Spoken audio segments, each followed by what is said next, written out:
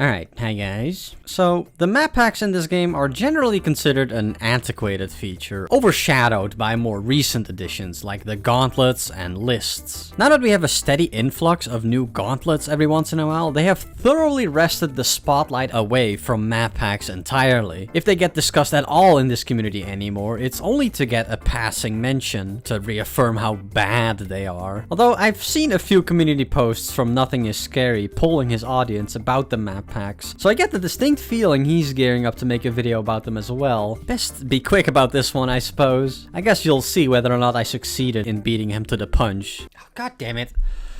Ugh. Spoiler alert, I did not. Damn you, Nothing Is Scary, I'll get you for this. Either way, I would argue that it's a mistake to dismiss the map packs to the degree that we do in this community. The map packs document a crucial time period in Geometry Dash's development, and there are plenty of levels in here that are worth your time in spite of their age. A lot more than you might think, even. It's kind of difficult to discuss the map packs in their entirety because they have a certain monumentality to them, like a massive glob of gray goo. There are 205 map pack levels in total versus 150 gauntlet levels. That doesn't sound too bad, but you have to consider that the map packs are a lot more homogeneous than the gauntlets, and the individual theming of each pack ranges from tenuous to non-existent. I think this is the main weakness of the map packs, and the reason they're so unmemorable. The gauntlets do a much better job at that, especially recently, because they make an effort to have a consistent theme throughout, and they're a lot more varied in general, both in decoration, but also in gameplay options. That said, the gauntlets aren't all rainbows and sunshine either, but that's a video for another time. Anyway, in case you've been avoiding the map packs, I'm going to point you to the levels I think are must-plays. And maybe I can undo some of the undue hate the map packs get. I'll just go in order of appearance. And we're starting off with a banger. Doray is already a beloved creator on the fringes in this community, and while I don't necessarily share that love unilaterally, Doray Basic 4 is definitely a standout level. It's a simple level, trivial to beat on your first attempt, but the spectacle of its design really carries it. It's flashy and colorful, and nicely complements the intensity of the song. My favorite part is definitely the part where the screen flashes white, revealing these menacing looking saw blades in the background. These saw blades in particular already look pretty brutal, but this effect elevates them to downright horror status. It's just so visceral, man. This rocks. It's not without reason that this is one of the most beloved map pack levels. It shows up pretty early, of course, which definitely is a factor in that, but it's genuinely a great level. Next up, another banger. I was honestly a little worried about exhausting the best levels right at the beginning of the video, but not to worry, I have taken some precautions. Anyway, it's Adrift. This level left a lasting impression on me the first time I played it. It's just such a vibe, man. It's very understated design-wise, while also looking very pretty, and it makes good use of its low difficulty to create an experience for you to simply get lost in, peacefully floating in the abyss. It's easily one of the most immersive levels I've ever played. Okay, so after those two levels, we're definitely past the first peak for now, but there are still a lot of levels worth your time in between, including Mystery Dungeon. I have the feeling that this has something to do with Pokemon, because there's a Pokemon game with the same name, but I don't know the first thing about Pokemon, so it's still straight over my head. Probably something about the different types or something. Regardless though, I just kind of like how this level represents different elements with its decoration. The water part has these makeshift waterfalls in the background, the nature part uses these plant objects, and it's just kind of cool. Some of these elements are a lot more abstract though, and the design of the level doesn't always make it much clearer to me. Maybe you Pokemon fans can be able to make the connection better than me. Still, I wanted to bring it up anyway. I do like this. Next, maybe a contentious choice to include this, but I decided to include the UFO pack as a whole because it's one of the few map packs I actually like in its entirety. It's just Stereo Madness, Back on Track, and Polargeist, except they've been restructured to work for the UFO game mode instead. The UFO physics are substantially different from the cube, that it feels very different to play, and judging the distance you can safely drop down to is a little tricky because the UFO is so much floatier, so it's just an interesting challenge in my view. This is a pretty unique use case for the UFO. People don't generally design UFO levels like this after all. And that's cool. Okay, so I put down Hexagon Hyperdrive for this video, but admittedly the first one isn't as good as I remember it being. Mitchell did make 5 more entries into this series though, and from the second on, it gets a lot better. They're technically not actually in the map packs, but this is as good of an opportunity as any to talk about them, because I do like these levels a lot. Especially Hexagon Hyperdrive 5 left a lasting impression on me. They're very easy, very simple levels that are very open-ended and have more of a focus on effects and spectacle. And they do a really great job at creating an exciting playing experience in spite of their low difficulty. To me, this series of levels is iconic to early Geometry Dash. Now we have a really exciting one though. This one's infamous. I'm sure you already know what I'm talking about with just that information. Say it with me now.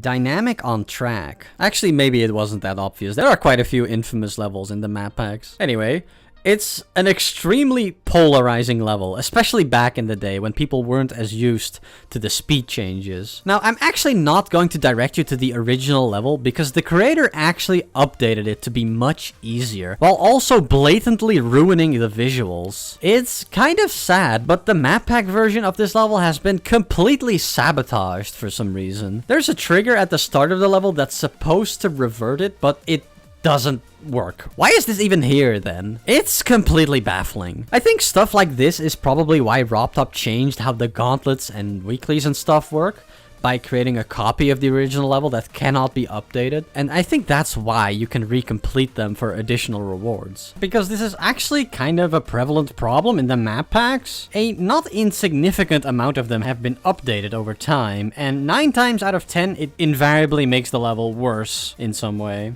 Anyway, despite this tragedy, there is a re-upload of the original level that preserves it in all its glory. To experienced players, this probably isn't too difficult, but newer players struggle hard with the reduced reaction time and the intuitive drops you have to make sometimes. You're going faster, so you'll drop down further, and gauging this distance is what trips people up, I think. It's what tripped me up, in any case. It's a pretty tense level for that reason. I think it's a nice little precursor to the real electrodynamics in that sense. Though it obviously can't measure up, it does look pretty nice and does a good job at raising the stakes the further you get in the level. The dark section at the end is super cool for that reason. This level is definitely overhated, and I recommend you give it a try with an open mind. Alright, I have a few minor levels I'd like to quickly go over before we get into some extremely underappreciated gems, starting with Lunar Ocean. I mainly just wanted to mention this level because the song is extremely nostalgic for me. Like, this used to be pretty widespread in the 1.9 days. The level itself is honestly not that special, but it's not bad by any means. It's just a chill little adventure. Enchanted occupies a similar niche for me, also with a very nostalgic song, but this level also has some interesting visuals to go with it. I really like the neon-esque design of this level. Then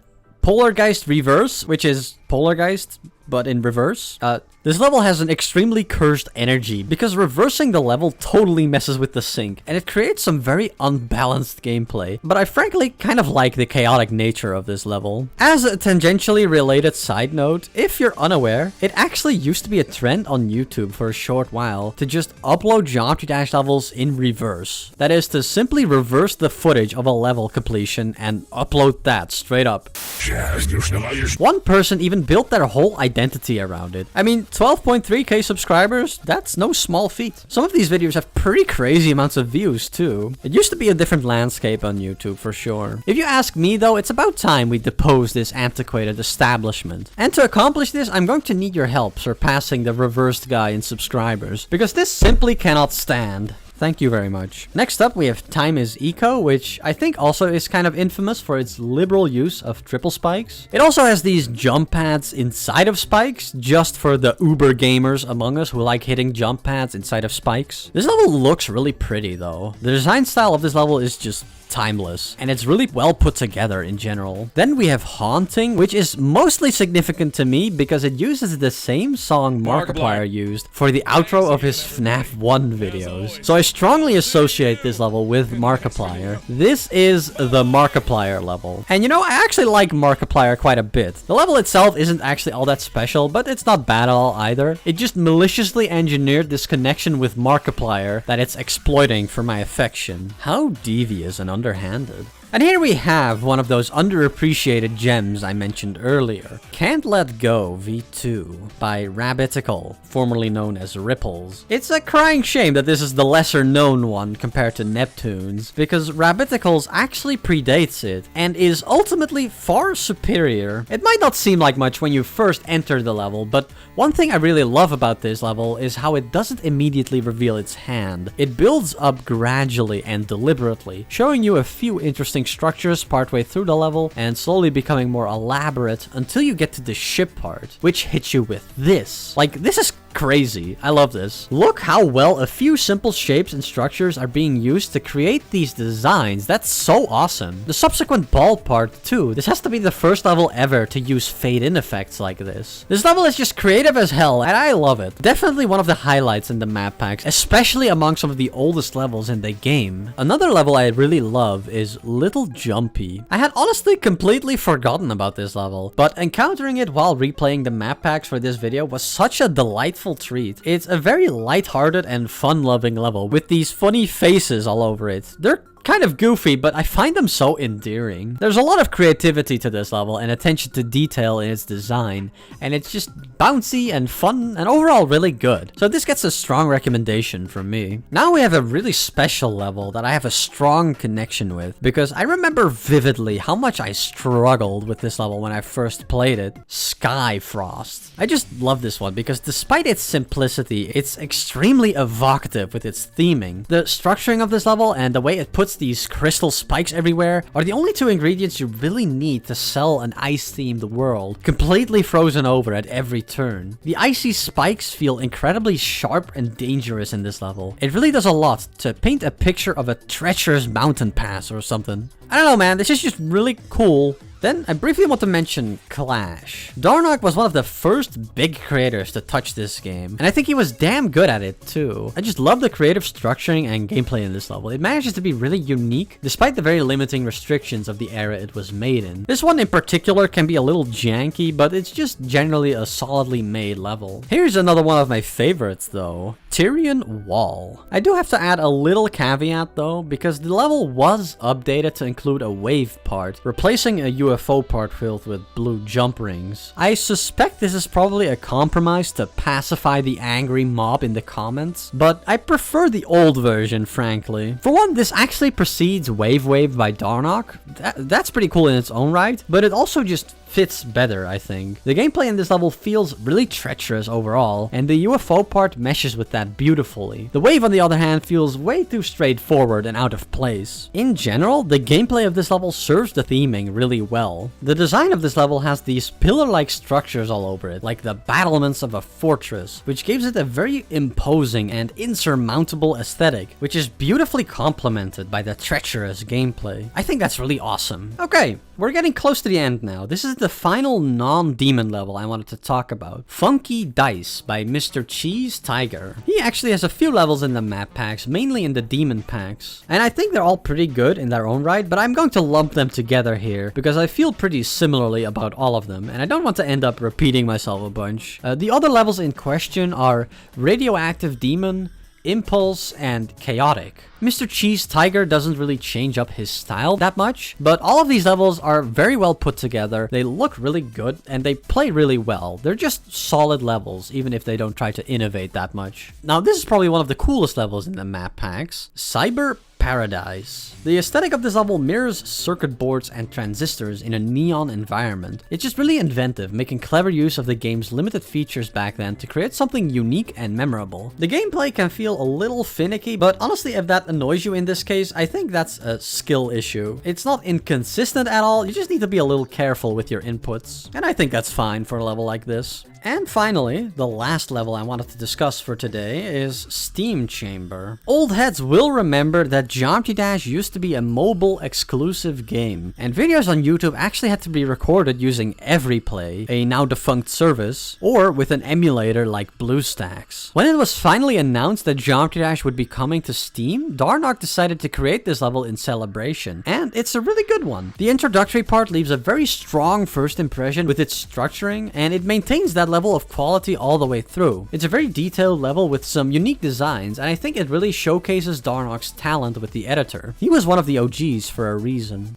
And that's all of them. Although, I'm getting the distinct feeling that I'm forgetting something here. Incidentally, I'm also getting the feeling that there are a few people watching this who are currently frothing at the mouth and about to leave a very angry comment. Fret not, because I saved the best for last. In fact, Funny Game has a bunch of underrated levels in the map packs, and they're all really good. I'll start with the weakest ones, but even the levels that don't completely revolutionize the editor are solidly, creatively designed levels with at least a few interesting set pieces to set them apart. Genesis and Royal Sky fall in this category for me. You'll also notice these circular designs, which is especially noteworthy here because I'm pretty sure this was before you could freely rotate objects in the editor. So this is pretty crazy. Then you have Requiem, which is also a really pretty level that has these crazy pools of lava that I really love. It looks so primitive, but it's so inventive for its time and indicative of Funny Game's creative approach to level design in this game to make something like this. It's really cool to see. Then we have Crazy Bolt, which is a fan favorite, I think. Like, comment, and subscribe if you found the secret in this level. This level in particular has really strong theming, and these faux three-dimensional designs are super awesome for its time. And again, layering spike on top of each other like this to create screws is just so creative. We're definitely seeing a pattern here. Funny Game Holiday is also an example of this. It might look unassuming nowadays, but this level was unheard of back in the day. Funny Game pretty much pioneered effect levels with this. My favorite Funny Game level in the map packs is definitely Checkmate though. The theming in this level is just as strong as Crazy Bolt, which is that of a chessboard. So every single object in this level is alternately colored between black and red, for the most part. But it's also not too simplistic about it by only using these solid colored blocks. It's a little more creative with it. Like, just look at these intertwined wires of spikes. It has a few visual effects too that really bring the whole experience together. Funny Game was just ahead of his time, man. To nobody's surprise, there's a very good reason Funny Game is a beloved creator, fondly remembered by the community. And it's not just because of Lonely Travel and Death Moon. Anyway, when it comes to map packs generally, I do think they're worth playing after doing my research for this video. Not only because there are levels in there that are worth your time, but also because it really helps you get a feel for what older updates felt like and what they were limited by. However, I'd recommend tackling them gradually, one at a time, and you can honestly skip some of the earlier ones if you must. As well as some of the demon packs, because they do get quite repetitive. Like, you're really not missing much by skipping over the millions of Stereo Madness remakes.